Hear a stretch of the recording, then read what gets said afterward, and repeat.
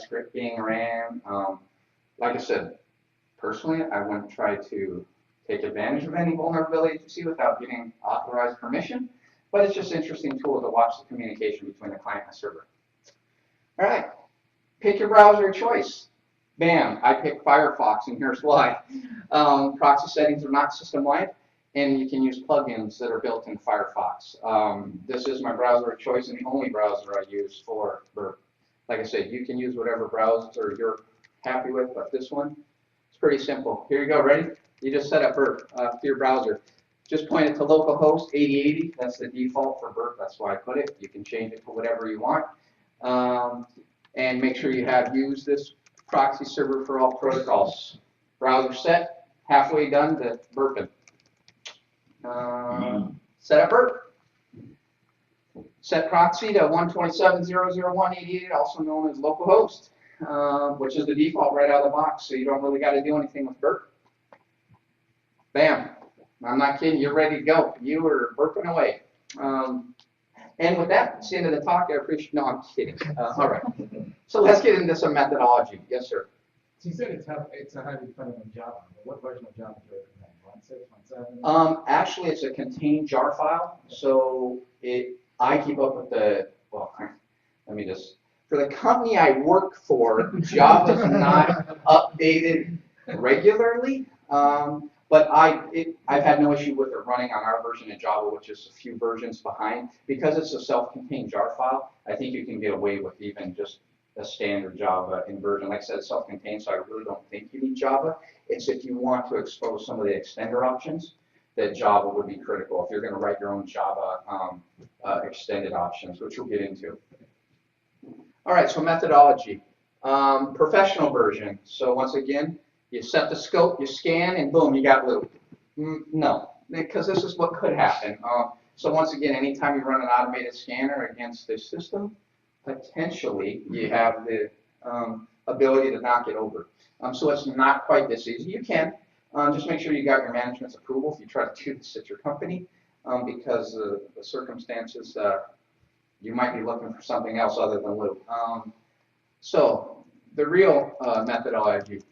You can do this in a multitude of ways. So proxy, spider, scan. You'll notice the common theme here. Everything runs through proxy. You have to have proxy running in order to make this tool really, really useful. You can do proxy repeater, proxy, spider, intruder. So it really depends on what you're trying to do, development versus security.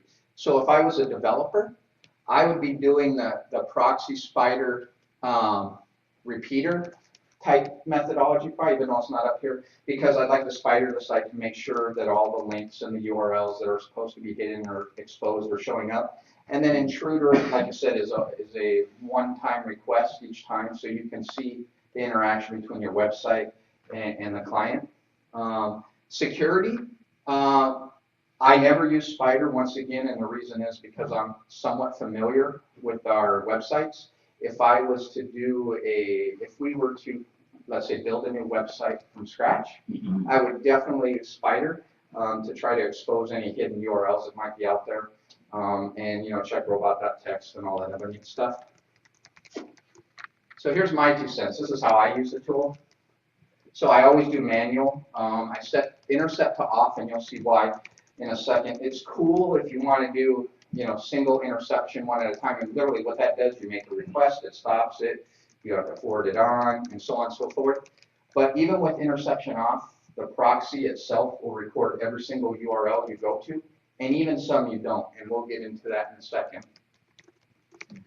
So essentially, I always set scope, especially if you're going to run the scanner. And the reason you set scope is to ensure that if you're going to run an automated scanner, you stay within a specific URL. So what this is saying is I'm going to scan this IP address, and I'm going to do anything from the DVWA URL and above, nothing below. So I won't scan 192.168.248.134. I will only go anything in DVWA or above DVWA. That way I can ensure that if I didn't want to mess with a different part of the website, I won't do that. So I always use scope. It just saves me from potentially causing issues with other parts of the website.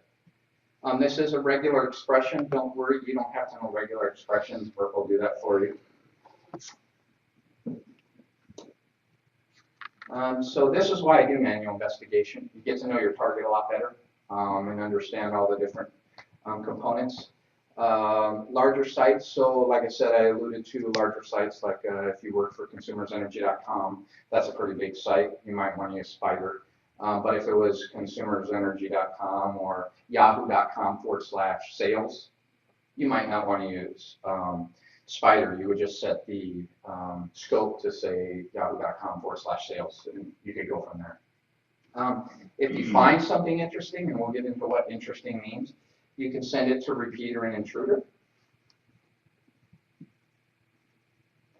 And then passively scan. So once again, I have a little star next to this because anytime you see the word scan here, it means it's professional version only.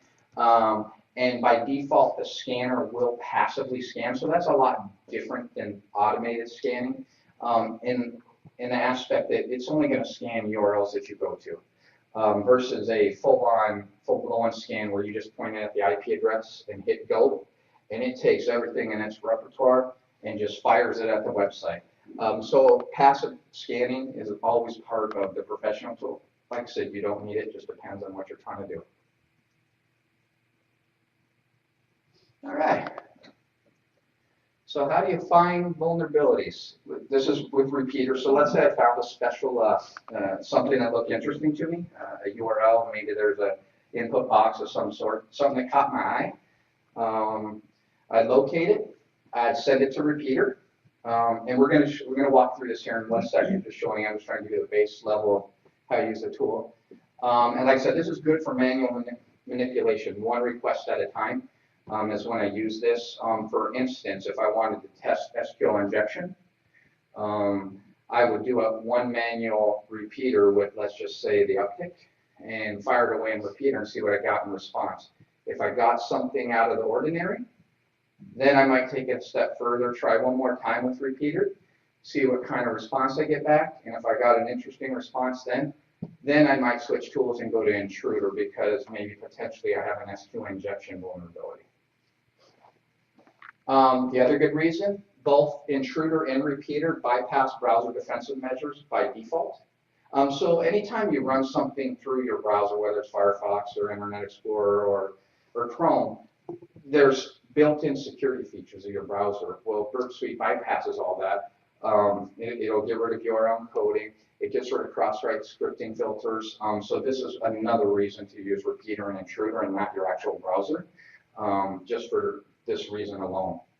Because a lot of developers, and I'm not going to say a lot, that's a bad wording, but some developers rely on browser security, so they build a little, let's say, less secure coding on the other side because they know, oh, well, the browser, no one's going to try to use this. No one's going to go outside the browser to make a request to my web server. Well, guess what? There's a lot of other tools that allow you to do that. And hence the reason you want to use repeater. Like I said, it's a single request at a time. So here it is. I just want to point a couple things out. This is a request. What's interesting about Burp is it's really, really smart at understanding fields within a URL request. And you can see that here. So you see the different color codes. So blue is a variable, potential variable, where you might be able to change. And red is input either by the user or by the actual web application, session cookie, things like that. So it's actually really smart at trying to distinguish these. In repeater and intruder both, you can manipulate any single thing you want in here. It doesn't have to be highlighted. You can pick what you want. So if you wanted to create another parm, a header, whatever, throw it in there and send it away. A good thing to do is on the parms, typically your browser submits a, oh geez, I just lost that. Like a header, and I just lost the name. What is the name of that? Agent string. Well, you can manipulate that, and a lot of websites will act completely different if they know it's Internet Explorer or Chrome versus, let's say, Safari or other websites that run on mobile phones. You can get completely different responses. So it's good to actually mess around with some of the agent strings and see what type of responses you get back. Any part of the request, I just talked about that, and instantly see a response. You'll see that here in a few minutes. So now we'll move on to intruder. So that was repeater, single request at a time. So this is precision scanning from automation. You'll see why I call that here. But essentially, you would pick out any part of the request to modify. You would send it to repeater, and there is where you can do a lot of specific exploitation and drill in and focus directly on text boxes, form inputs, SQL injection, that kind of thing. Really good for brute force, username, password. We'll get into that in a second. And it's really good for SQL fuzzing. And that's I alluded to a little bit of that with the uptick, for doing SQL injection or fuzzing. That's how you tell if something might be susceptible. And by the way, I know very little about SQL. So, and then use your own payloads, and we'll get into that of using my own payloads as well here in a few minutes. So there's multiple types of attacks. Sniper is a single payload, and each payload is inserted into position in turn. And this is where fuzzing comes in.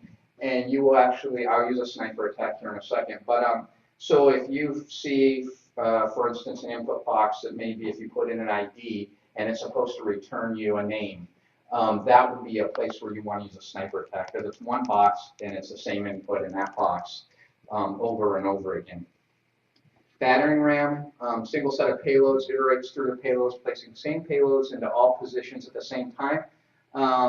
Useful when same input required in multiple places. So there might be an instance where your username is inputted into multiple places on a web form. That's when you use this type of attack. I really don't use battering ram. It doesn't fit my needs, but I'm sure in other places a lot of people would find that useful. Pitchfork. So this is multiple payloads sets. Different payloads for each defined position. Typically use this when the data is similar. So you might have like maybe a username and a user number. That's where you use this. I very seldom use this as well. This is the one I use all the time, cluster bomb. So because it allows me to do multiple payload sets, so different payload sets into each position, and it iterates through each one. So if I had one payload set that was admin and another payload set that was password, password 1-2, password 1-3, it would take admin, put it in the first position. It would try password 1 in the second position, password 2 in the second position, password 3 in the second position. So it's really good for credential guessing, and I'll show you an example of that here coming up. Question? No? Okay. As you can see, these are the two I'm pointing out because I use these a lot. Like I said, to each his own. All right, so here's where you hope the demo guides are working. We will try to walk through what I just talked about and hope it works. Working. And that's again, if you're not familiar, I'm not sure if you've heard of DVWA, excellent training tool for websites and actually vulnerabilities and finding vulnerabilities. Another one is WebGo, but essentially you just stand these up. They're built with vulnerabilities built into them to help you learn how to use tools. So I highly recommend downloading one of these and playing with Burp against it. All right, let me just make sure I haven't timed out.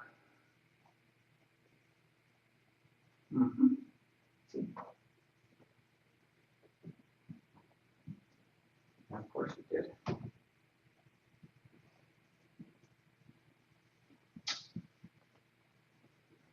See, I knew that's going to happen. Maybe. It's waiting for 192. Yeah, well, that 192 is up. I lost my mouse.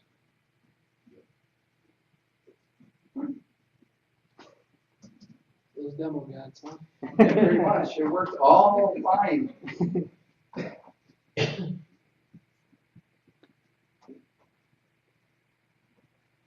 Okay, so that was a demo. That's great. All right. Find your mouse.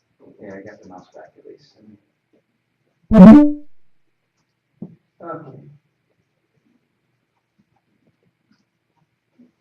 that 192?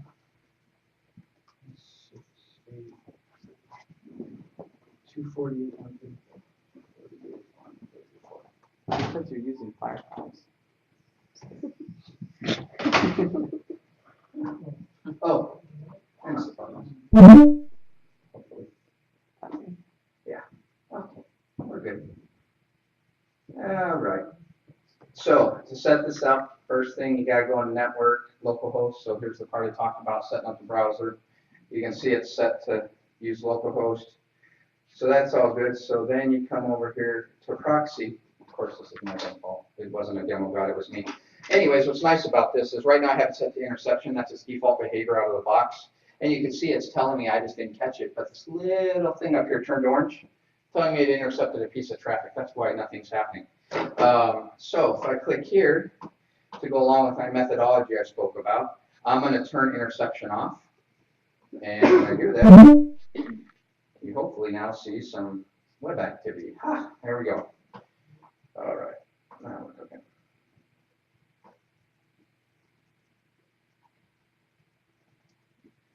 So I'm just going to go in really quick and set this up just for demo purposes. And like I said, submit. Okay, so the first thing we're going to do is do a SQL injection.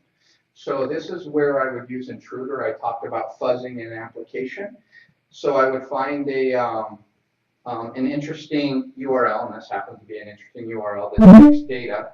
If you type 1, right, and you hit submit, you get a name back, right? This is how the application is supposed to work. And sure enough, if you come over here and you look at your history, like I said, it captures everything. I come down here, and there should be something where it says I hit submit, and ID equals 1, which was that request I just did there. So this to me is interesting because it's allowing me to put input into a web form, and hopefully I get something in return. So first step I would take is I take this URL, and I would send it to intruder, repeater. So once you do that, the repeater tab opens up, and sure enough, here's the request that I just made that submit on with the actual ID input. So the next step I would do is, since I know that that's a potential field that is interesting to me, I come right over here to the form, and where that 1 is, because that's what I submitted, and if you remember when I put in 1, it came back with the username. So my guess is that potentially this might be susceptible to SQL. So what I'm going to do is put in an uptick. That's just a common way to look potentially for SQL injections. It's not always true. So I put that in there and I hit go. And remember what I said about repeater, instant response. So here's the response. So I bypass the browser, right, and I'm using the built-in burp function. And if I go through this, I'll see the response. And hopefully if everything worked right, and maybe it didn't,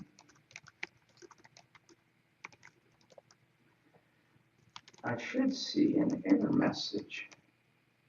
Oh, if you actually put the, okay, this mouse too, just so you know, is a little. Now let's hit go.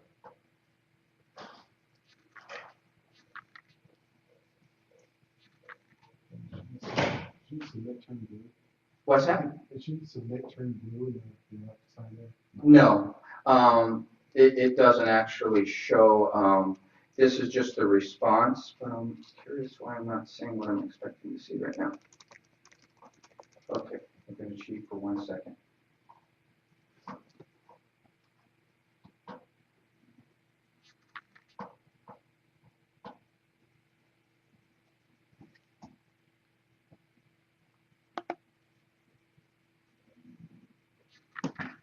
That's what I was expecting to see. All right, so let me go see why that didn't work. So did you see that error message? So that was me without using Burp, because I knew it was vulnerable because I know enough about the app. Oh, that's why. Because an uptick is actually, I forgot, I put it in the straight code and it needs to be HTML code. So it's actually %27 is an uptick. So if I was to do this, right, and I take that same request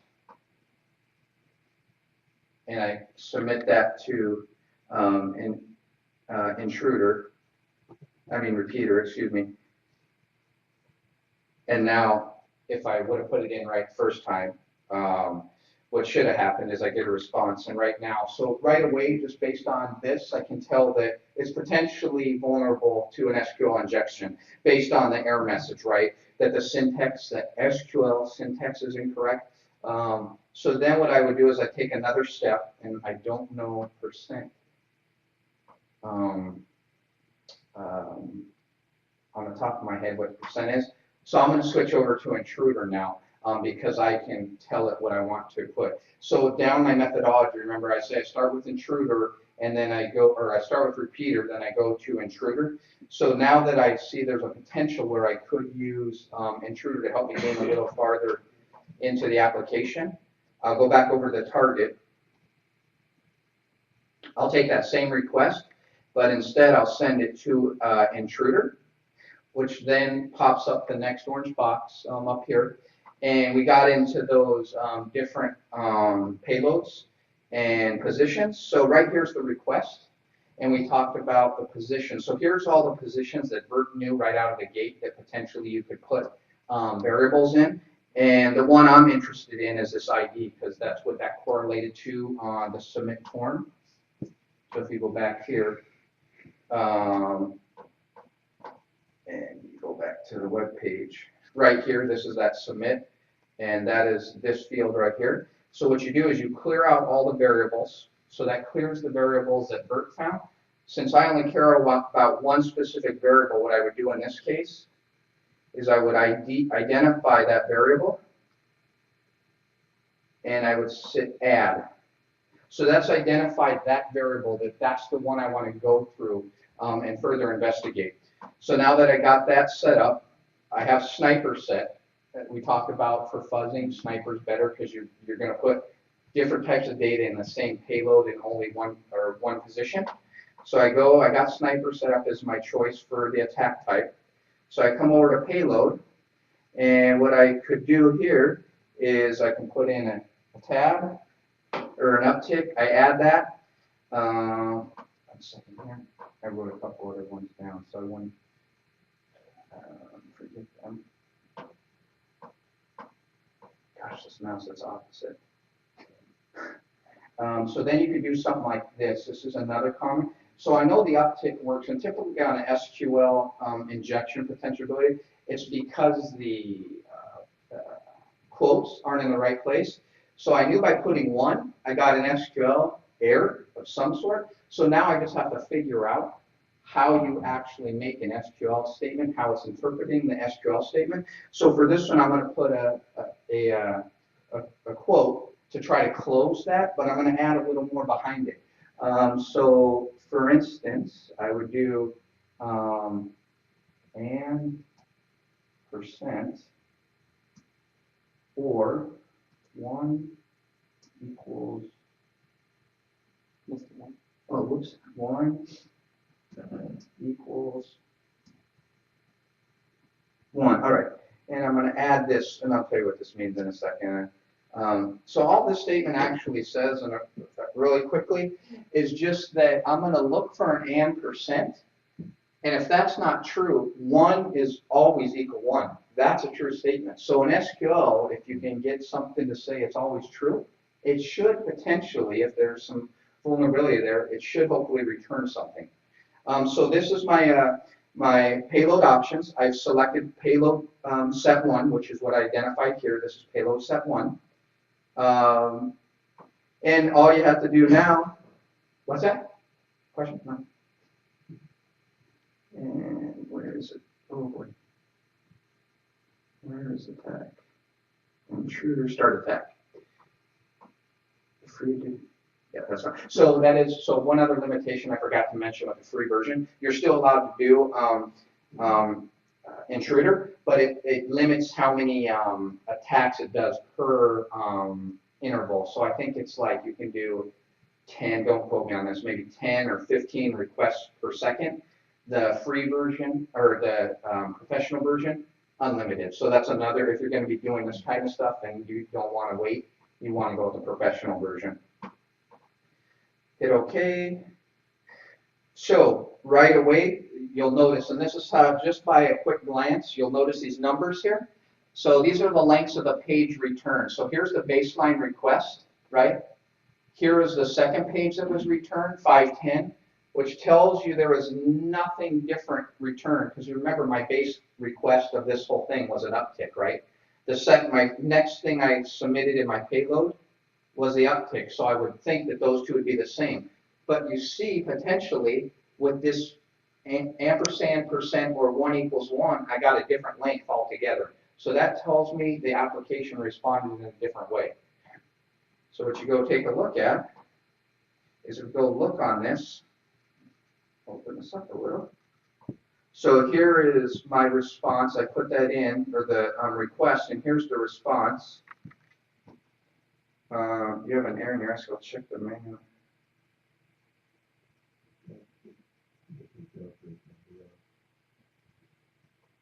Oh, I see. Oh, did I put an extra one in there?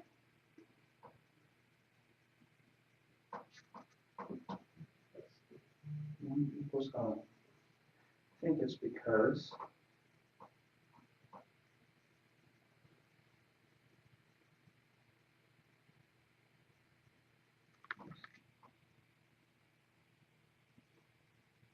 SQL. I think it's because of this.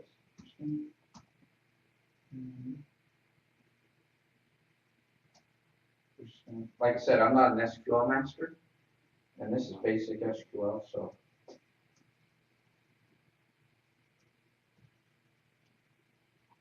Let's see if that one works any better.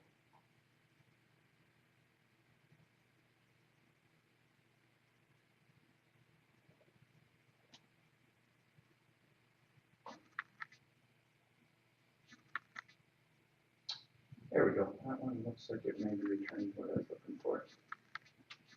No, why am I not getting my SQL? Okay, who's an SQL expert? Why is this not working? Okay, so obviously I don't have my SQL injection statement correct on this for some reason. It's funny, it was before. So let me.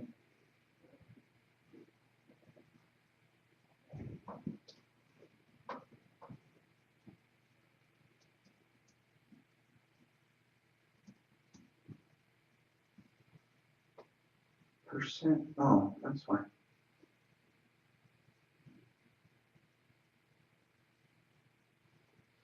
Yeah, okay, so I had my SQL injection statement wrong, because what should have happened is you should see this, right? So what I just did essentially is because the first part of the SQL statement was false and the second part was true, because there's an SQL injection vulnerability, what I did was actually just expose with just a true, always true command. I exposed all the user accounts in the SQL database. And you should never be able to do that, right? So this is what the command should have looked like, and I just mistyped it while I was.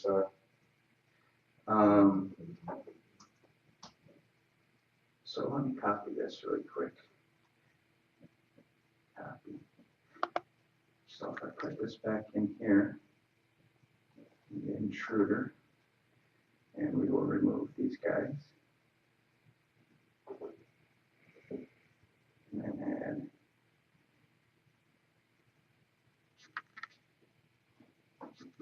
Yeah, that's what I was expecting to see. So you can see a whole bunch of data came back just based on length. And there's the request, and here's the response. And as we go through here, you'll see all the usernames and passwords, and they're all right here. So in the web form, it looks a little nicer, right, that I showed when you do it. But this is the actual data just in HTML form, how it looks like in plain HTML text. So that's how you would go from intruder or repeater to intruder. But for brute force attacks, like you're looking for passwords, that's where you go into battering ram. So if you knew, for instance, that there was a particular form that you wanted to test password strength, for instance, and user gosh,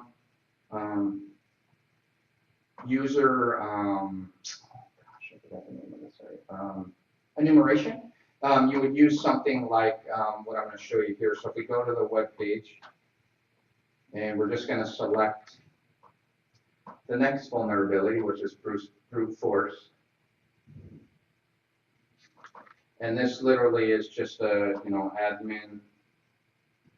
admin, and you hit log on. So this is how you test it, right? You go to the web page. This is the manual aspect of it. You actually test the website, and you get a response, user and/or password incorrect. So you come back over to proxy.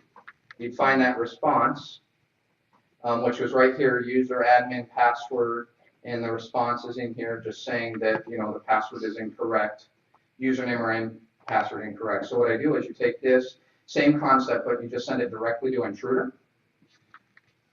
This time, though, we're going to take 2 positions. So we're going to clear all the positions except the 2 we care about, which is this guy.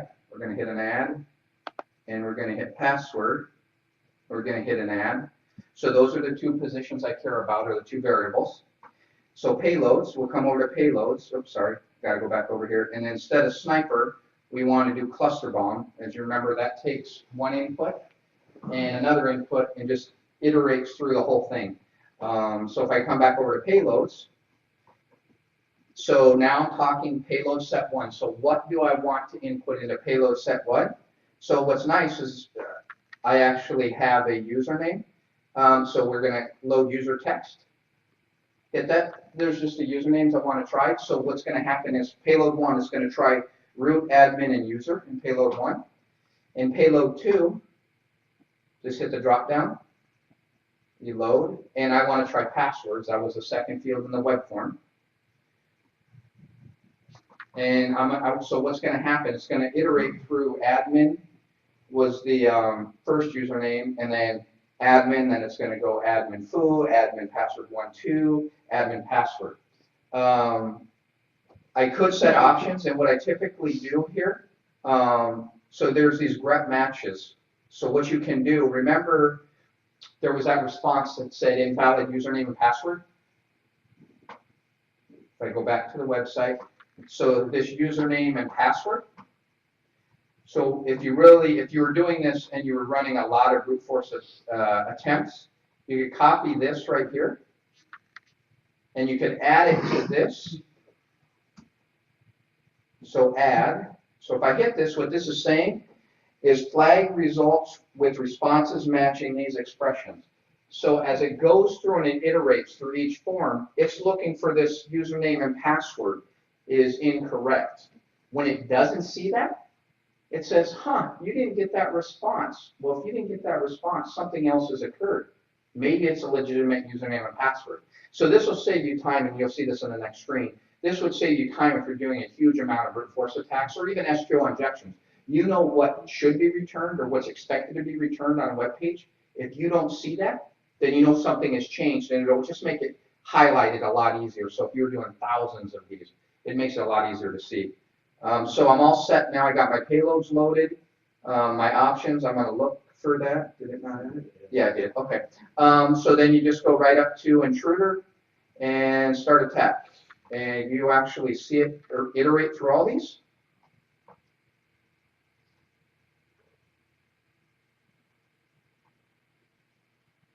And it should be done. But it didn't flag. Oh, I forgot to have a look at it. So here's the comment I put in. So those were that field that it was looking for. It got responses. I didn't actually put in the exact. I think I got a period after it. That would have worked, but since it's not very many, I'll just run through this really quick. Again, looking at the length field, you notice all the lengths are the same, 5036. But if you scroll down a little more, all of a sudden you get this weird return length, 5080.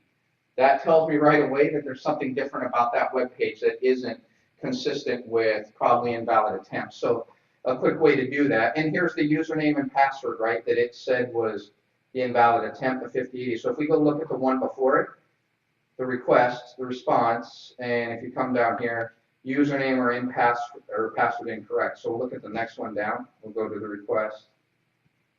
There's the admin with and the response. If you come down here,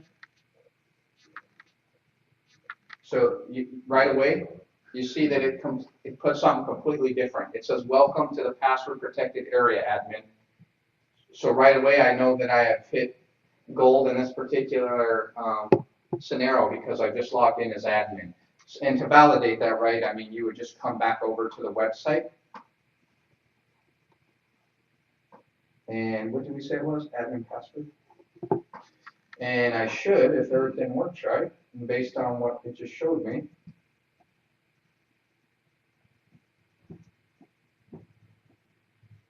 I'm in. Notice, and I'm in as an admin into a protected area. Obviously, that's a very simplistic example, right? But conceptually, it's the same thing over and over. So that's just a high level how to use burp in 2 different scenarios.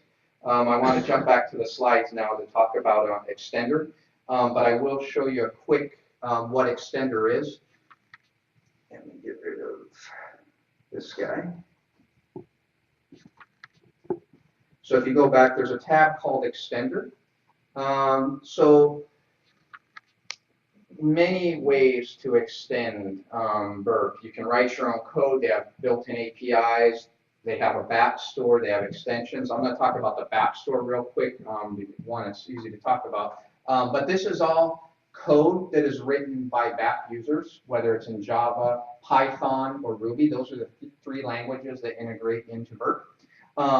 And you can see here there's stars, things like, why you want to use it. If you click on one, it tells you exactly what it does to extend the functionality of it. This one is the one I'm going to show you here in a second. If you look, though, this particular extension requires Burp Suite Professional, but not all of them do. And you could actually probably write your own Python script, to be honest with you, and do the same thing. It's just that it's already built in. All you do is download the Python or JSON as a requirement of this. You just map it to SQL map. And then that part where I didn't know SQL injection, yeah, well, SQL map's built for one thing, to do millions of SQL injections with all kinds of different random characters and things. And we will show you that here since it takes the professional version. So that was a walkthrough. So extender, the APIs, the BAPs, Nmap, SQL, etc. Write your own. So here is this is the extender using SQL map for this example. So here's the URL. It should look pretty familiar. This is the ID one, the submit. My post data, this is what I care about, the field I cared about to do the SQL injection. It automatically creates some cookies to keep your session open because some websites require that you got to do something with a session cookie, else it'll time out. And then down here, so this is typically what you want to go for if you're doing SQL injection, right? You want users, you want passwords, tables, whatever it might be. So in this particular example, I just wanted to list all the passwords and the users.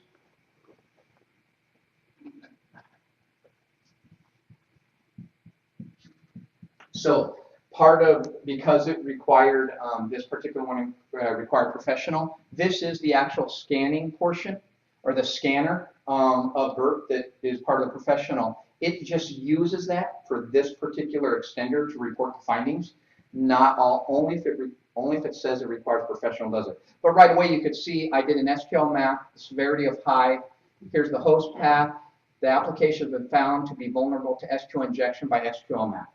So if you go one step further, this is what it found. And this is the good stuff, right? This is root usernames and passwords. This is what you're trying to do or gain access to, because once you got root passwords, obviously you own the Motts and you're in.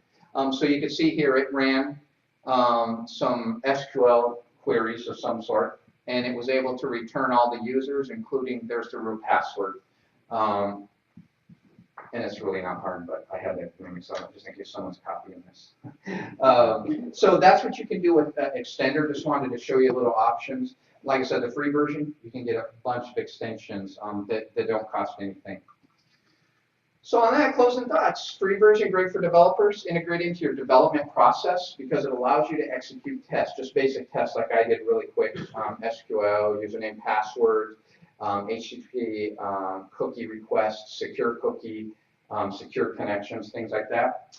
Professional version, I recommend for security professionals, and I say that if you're going to be doing extensive testing. If you're just messing around at your house, you can get away with free version because like I said, the big thing about the professional is the save search and the scanner capability and the limitation on how fast they can do, injections or things like that. The other good thing about professional is it can help you determine the complexity and scope of engagement. So what I mean about that is if I was a pen tester and I was hired by a third party or a company, I would actually go run this tool, use Spider extensively, understand how big the web application is, and then you could base maybe cost on how much time it's going to take you to go through and peruse that entire website. Links, so Portsweeter is the makers of Burp Suite. BAPS, that's some of the things we looked at. So Samurai WTF and Kali Linux. I'm a huge fan of Samurai WTF. It stands for Web Testing Framework. Kevin Johnson, who is huge into web application testing, actually is one of the developers of it alongside. It has Burp Suite, it has Zap Proxy, it has a multitude of interception proxies, but more importantly, a whole bunch of web application tools for testing built into that distro. It's updated all the time, does a really great job. And of course, Kali, because it can do everything, and that is the new backtrack, if you're not familiar with that. But either one of those tools will get you off the ground and running with nothing, literally, and you can run a VM, you can download them for free. QA, any questions? Yes, sir. So when you do your testing, for example, most companies have a couple of policies. Can you do a rate limit? For example, send 5 requests, wait 30 seconds, if all the requests you get a username and password is wrong.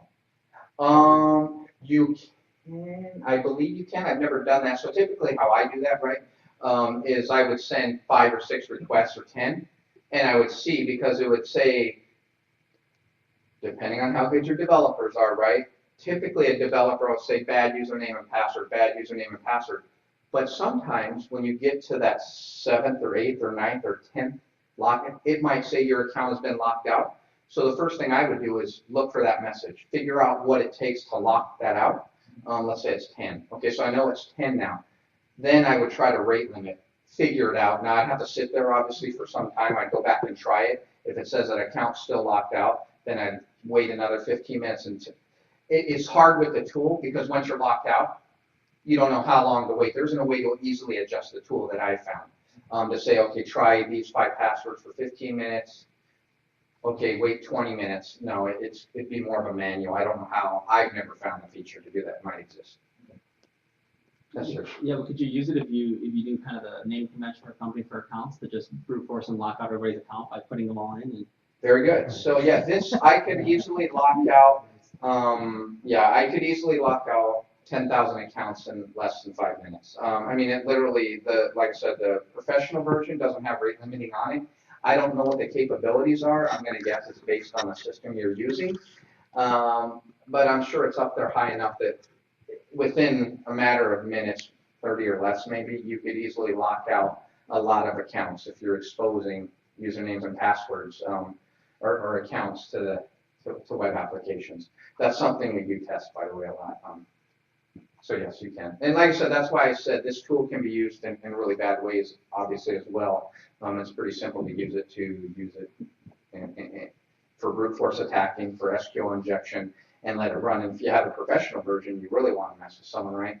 You could run the scanner and actually run it aggressive and just let it rip. Point it to a URL or IP and see if you topple something over. Don't do that, please. I didn't suggest you do that. And once again, take everything I say with a grain of salt.